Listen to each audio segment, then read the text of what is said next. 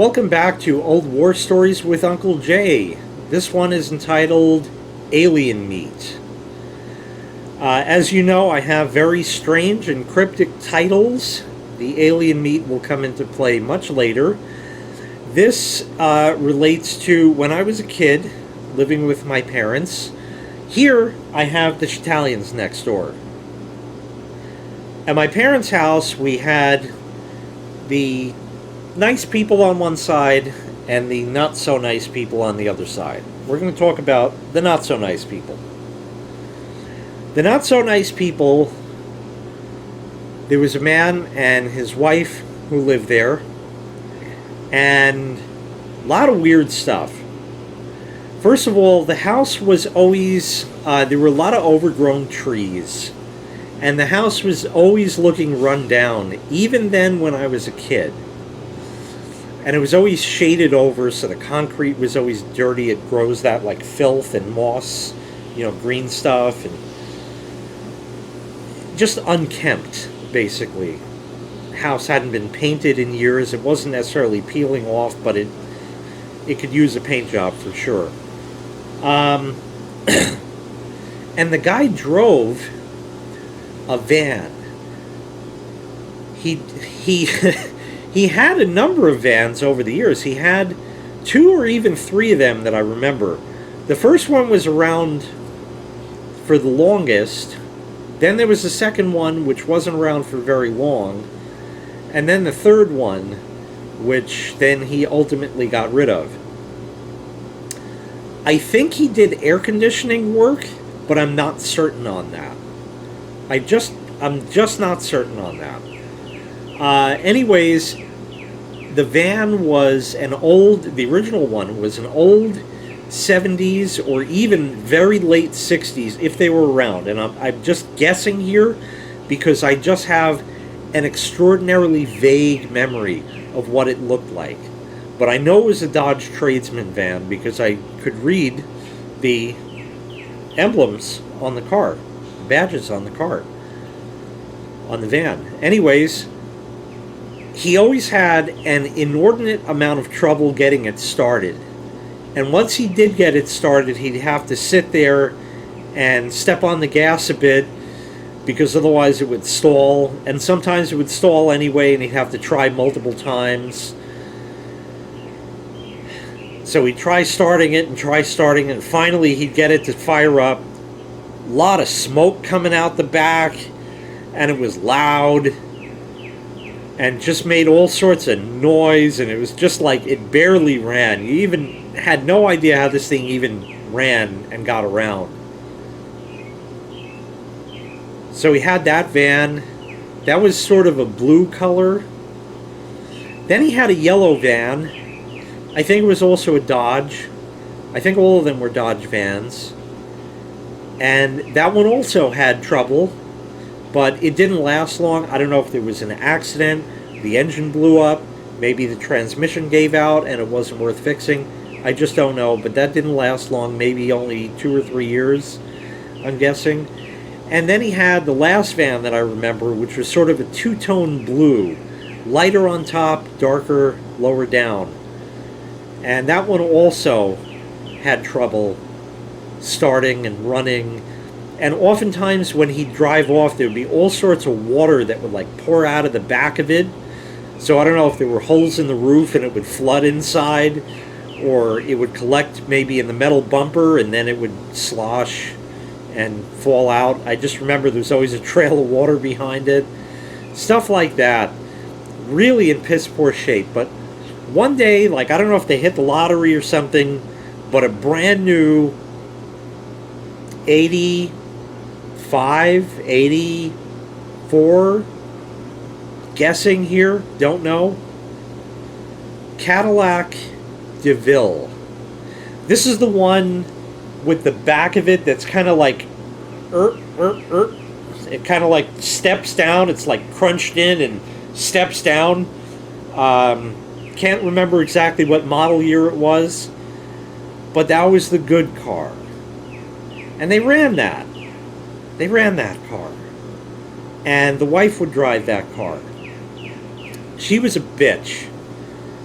And he was no peach either. So that was the van. The Cadillac, later on, I'm going to kind of jump around because there's a number of different aspects here, and none of them really tie in with anything. But years later, she passed away. And, oh, there was actually another interesting little story with him, though. But years later, she passed away. Cancer, maybe, not sure. But she passed away, and he was there alone. And even though we never really had words with this guy much, we didn't wave, say hello, anything, because they were just like these horrible people that just, they didn't want to associate with anybody. You couldn't talk to them. Oh, nice day today. Good to see you out. Going to work? All right, yeah, good. Yeah, I'm leaving in 10 minutes, something like that. I figured I'd just trim the hedges quick before I go. So I don't know, none of the small talk or nice neighbor bullshit. We didn't have that. And we didn't talk much with the people on the other side. Occasionally have a word or two with them. Just minor stuff, nothing special. Here and there, but I don't know, just didn't. But anyway, back to these curmudgeonly people. The Cadillac started leaking oil. Now, you can have a car that leaks oil. My old Chevy did. Used to have to add a quart monthly, and I'd fill up 2-3 times a month. Didn't really burn it, it leaked it. So, yeah, it leaked bad. Left a huge oil slick in front of the house. But this Cadillac, man, this thing leaked. Holy shit. This not only had that big slick, but when he'd go to drive, the slick, you'd see him drive out. It was parked on the street. It used to be in the driveway until it started leaking that bad. And then you'd see where he'd pull out from the curb. So you had that going on. It leaked really bad. And lo and behold, one day I was outside and he got in the Cadillac and he started it up and there was engine knock. He probably spun a bearing or something, running it too low on oil, is my guess. It still ran. He drove it for a few more years that way. Until eventually that car gave out. The engine blew up and he ended up with some white car. I want to say it was like a Ford Tempo, but I'm not sure what it was. Reminded me of like a Ford Tempo. Late 80s, I guess. I forget when they moved out. Early 90s when he moved out. Somewhere in there. Mid 90s, early to mid 90s. So it was probably an 80s Tempo. But he had hubcaps that did not come with the car. They were just a set of hubcaps that happened to fit it. They were wire-spoked hubcaps. Not sure if they were off the Cadillac and happened to fit that. I don't remember. However, it so seems that during this time, I got involved with the girlfriend, who's now the wife, and the car she had at the time was an 86 Olds Cutlass Sierra. And it was carbureted. Had an Edelbroken on it. And that had those same hubcaps. The center of the hubcaps had a red emblem, round red cap in the center that would fit into like a recess in there. And when she'd drive this thing, it sounded like a horse and buggy. As she'd drive it, it would go clickety-clack, clickety-clack, clickety-clack, clickety-clack. And it was those things in the center. Because I took them out one day, and they didn't clickety-clack anymore. So I guess that's what it was, but her car was missing one. And one day his car was missing one and she had all four. Don't know how that ever happened. But yeah, that was a thing. The one thing I thought of before, one time in the summer, we're going to give this a good 1986, somewhere in there. The guy's son came to visit and stayed with them. The wife was still around.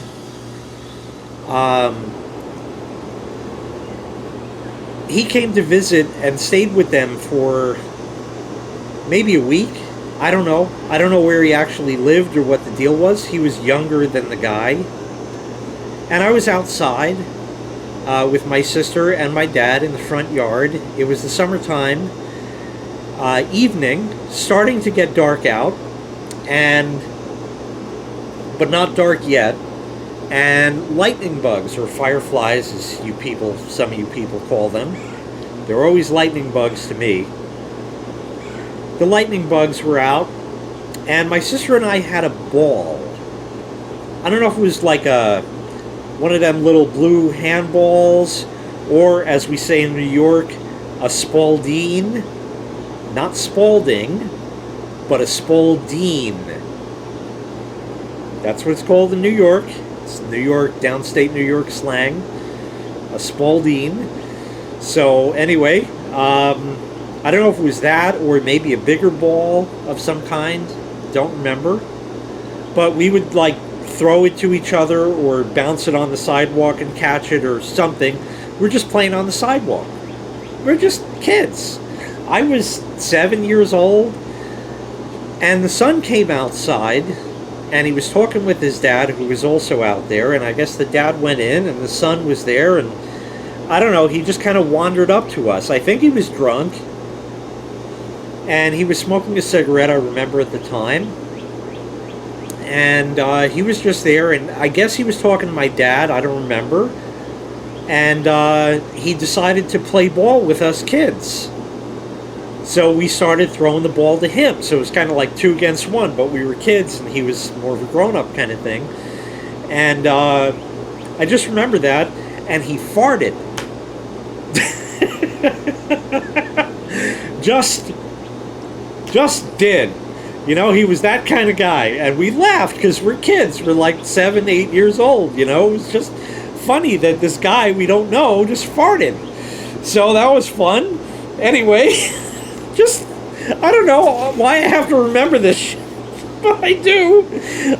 Let's see what else here. Oh, yeah. All right, so let's talk about the alien meat. Alien meat, geez. Okay, so the house, like I said, was run down. Oh, yeah, and then we can get into that. The house was run down, but the guy did have a whole house fan. I used to call it an attic fan, but it's not really. It's more of a whole house fan. And on the side of his house, there was this big square opening. Fucking, I don't know, big. And it had louvers that would open, but they opened, like one side would flip down, the other side would flip up or something. It was weird. And obviously the air from the fan would do that.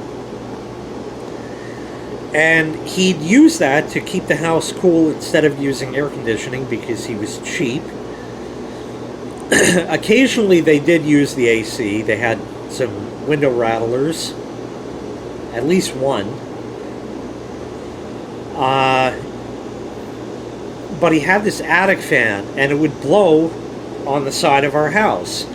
Now, it wasn't really a problem because there's only... 3 windows on that side of the house, and the upstairs windows didn't really get the smell of it, but the kitchen window did. But it didn't get in the house much. It really was just on that side of the house. So when you would walk through the gate and go down the little walkway on that side of the house, and he had that thing on, man, it reeked. It smelled funny. I don't know what it was. It didn't smell like hot house or hot attic. it just had this funky smell to it. And my dad said, I don't know if they're like cooking alien meat or some shit, but it always smells that way. Something. I don't know. But yeah, when they would cook stuff, like they would always eat the same thing. It always smelled like that. Because sometimes it would be on and there would be no smell. So like, I don't know if he put it on to get the smell out of the house or what. It didn't smell like shit, although we had that smell too. That was another part of the story. But it just smelled like fucking alien meat. That's what my dad called it. There was no better explanation than that. So, I don't know. I just remember that, and it rattled. The fan would rattle. I think the louvers rattled. So it was kind of annoying, but not that annoying. Anyway, that was the attic fan part of it. And there was a fence. A chain link fence, but not just any old chain link fence. This fence had those slats in it, and they were white and yellow or brown. I can't remember if they were white and brown or white and yellow. And some people have it where the slats, they kind of go like diagonally, so you'd have white, white, white, white, white, and then maybe like a green, and then white, white, white, white, white, and maybe a green. This had a crisscross pattern where you would have the one like that, but then they would put ones of the yellow color the other way, so you'd end up with like these squares. So it was sort of a weirdly interesting pattern. And the fence wasn't in great shape, but it wasn't in horrible shape. It was around. It had been around for a long time. The slats, though, would make a distinct metal crinkly sound. The only way I could describe this to you, well, I have two ways to describe it.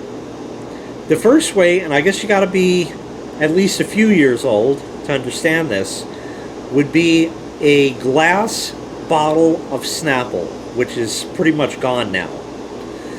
But if you remember the glass bottle of Snapple, you had the bottle and you'd shake it, and then some people would go like this and hit the bottom of it and would make that snap sound, and then you get that as you pop the cap off, and then you could play with the cap and you could do that little bump bump bump bump bump bump thing with it, and that would be an indication of it. And if you were good with the Snapple bottle caps and were strong enough, you could actually press from the inside out and pop the button on it up and out further, and you'd end up with a clicker that would go click, clack, click, clack, really loud, and it was really annoying to people, but it was there. It was the thing. I used to do that all the time.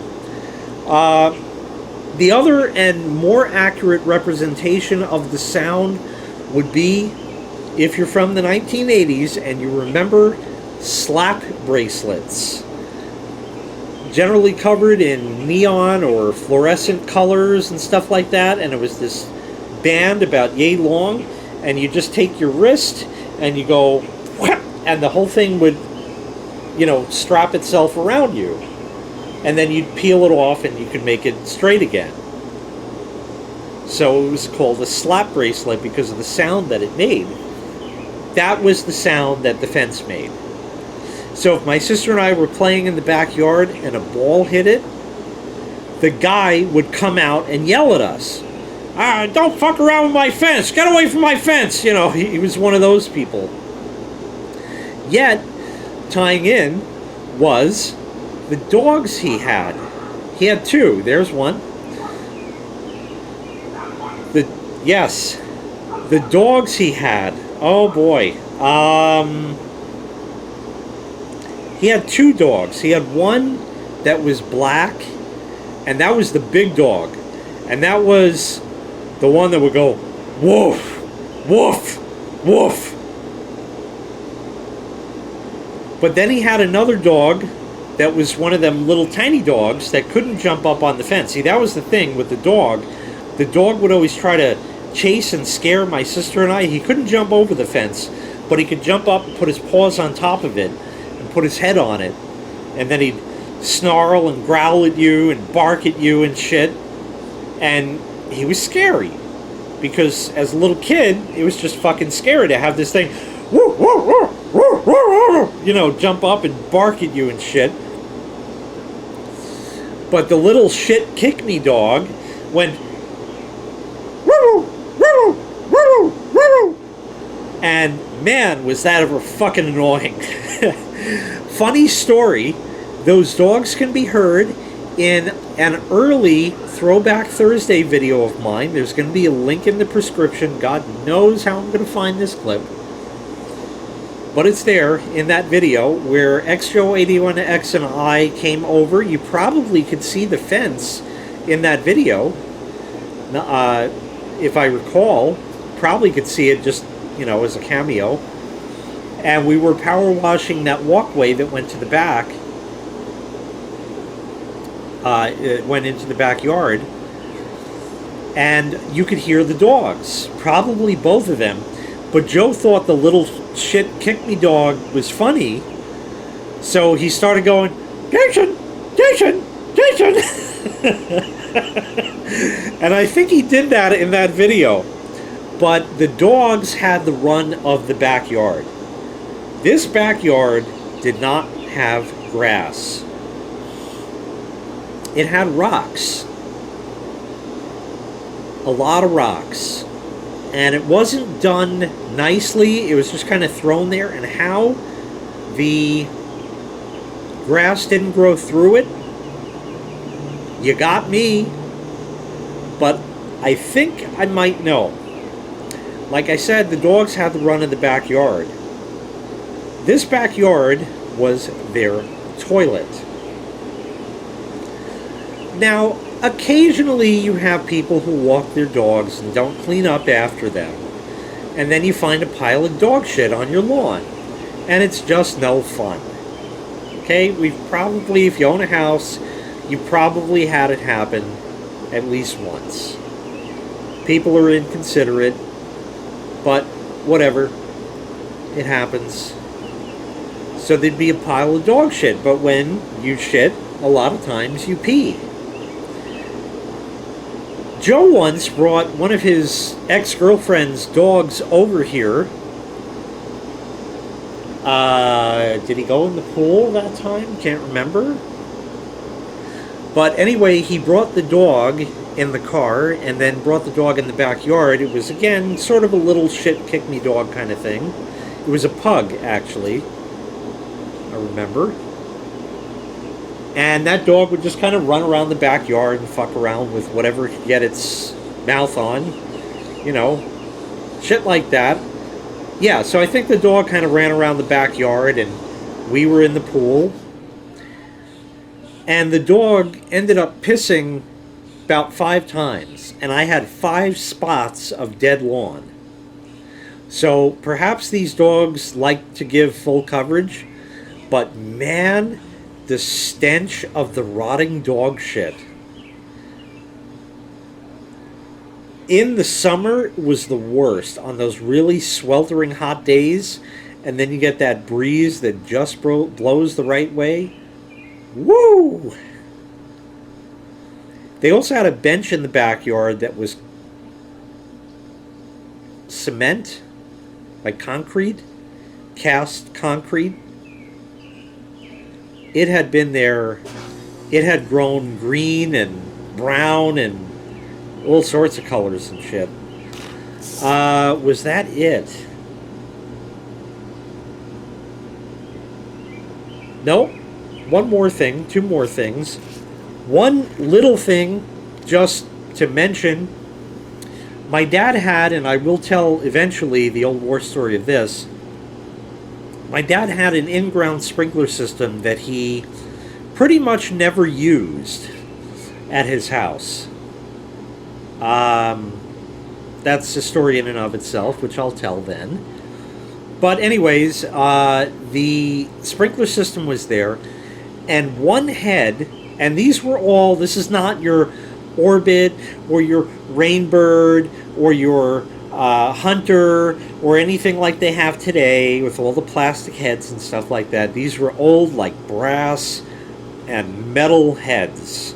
The old school shit that was around. The previous owners put this in late 60s, early 70s, I'm guessing. Don't know. But the system never really worked right. All the heads were overgrown. That's a story for another time. But there was one head, because my dad did test it a couple times. Used it twice, maybe. There was one head up against that crappy chain link fence. And my dad took some paint in a little bottle of some kind, and he painted a little arrow on our side of the fence so the guy would never see where one head was, that I guess would sort of get overgrown, because I guess the wind and whatever loose topsoil would sort of blow that way, and you know, would pack itself in, and that one would get really overgrown, mounded over, something like that. So he did that. But also when I was a kid, my dad had a shopping cart, a grocery store shopping cart. You know what that is. Where he got it from, I don't know. It was one of those that had been around, and it was rusty and in bad shape, and he stored junk in it. He originally kept this in his garage, but at one point he decided that he was going to move it out of the garage and left it on the side of the house. But he decided that he was going to put it in, we had the walkway that I spoke of, then there was a strip of grass, and then the guy's fence with the slats in it. So my dad decided that he was going to park it on the side of the house up against the fence. Now, up against does not mean leaning on the fence. It just means placed next to it. Damn close next to it, about as close as you could get it without touching it. So it was doing no harm in any way. It was just sitting there. And eventually the wheels would, because the weight in it, it would sink a bit into the ground. I don't know if that was a temporary thing or what the story was, but it was there.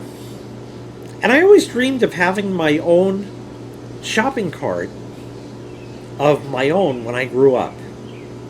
I don't have one. There hasn't been an opportunity. It's actually a crime to steal one, obviously. But I see a lot of dark blouses sometimes borrow them and don't bring them back. So you find them. And occasionally another dark blouse will come out and say, "Ooh, I got me a shopping cart." And he'd take it to the store and bring it right back for the next one. There's areas you'll find them. But I don't know if you want to get them from there. Anyway, the shopping cart was placed right next to the fence. And the asshole guy that lived there would occasionally come out late at night, middle of the night, reach over the fence and knock it over so all the shit would spill out. There is no way with the weight in this cart that the wind could possibly knock this over. So it obviously was him. Don't remember the details with it, but after like the third time, my dad went over there and had words with the guy. He went in the house, they sat down, and they talked about it, and the end result was, don't leave your shopping cart next to my fence. That's about all I remember. My dad called their house a cottage. Not in, oh, it's kind of cute and quaint and stuff like that inside, but just that it was more of a shack than a house. I never did see the inside of that house. Later on, the guy, you know, like I said, his wife died, and 4 or 5 years later, maybe he moved out of there, and that was that. Don't know what happened to him. He's probably dead by now. I'm guessing. Pardon me.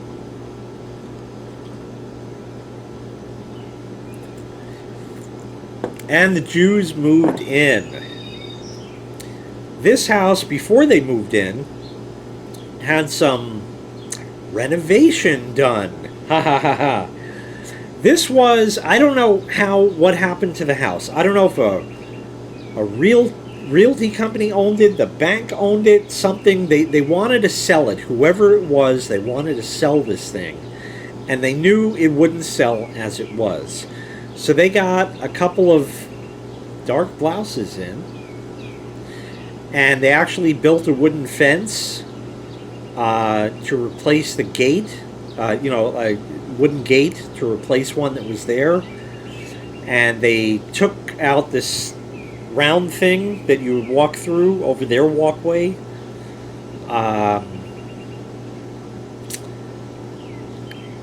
There was, I think they had a roof put on it. It was painted at one point. It was basically lipstick and mascara, or putting lipstick on a pig might be a better explanation. Something like that. And the Jews bought it. They moved in, and then they did all of their own renovations.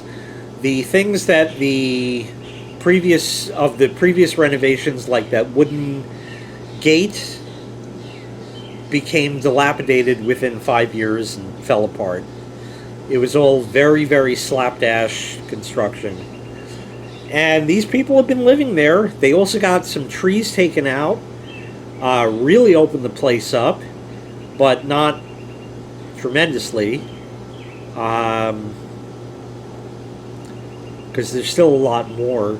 They had a split air conditioning system put in the back. Did they put an addition on? God, I haven't been there in so long, I can't remember. They might have. Kind of like a back room kind of thing. Not sure. But anyway, they've been living there. The attic fan has been, or the whole house fan has been either decommissioned or taken out, I think. It's got, I haven't been there to look. I'll have to look next time I'm there.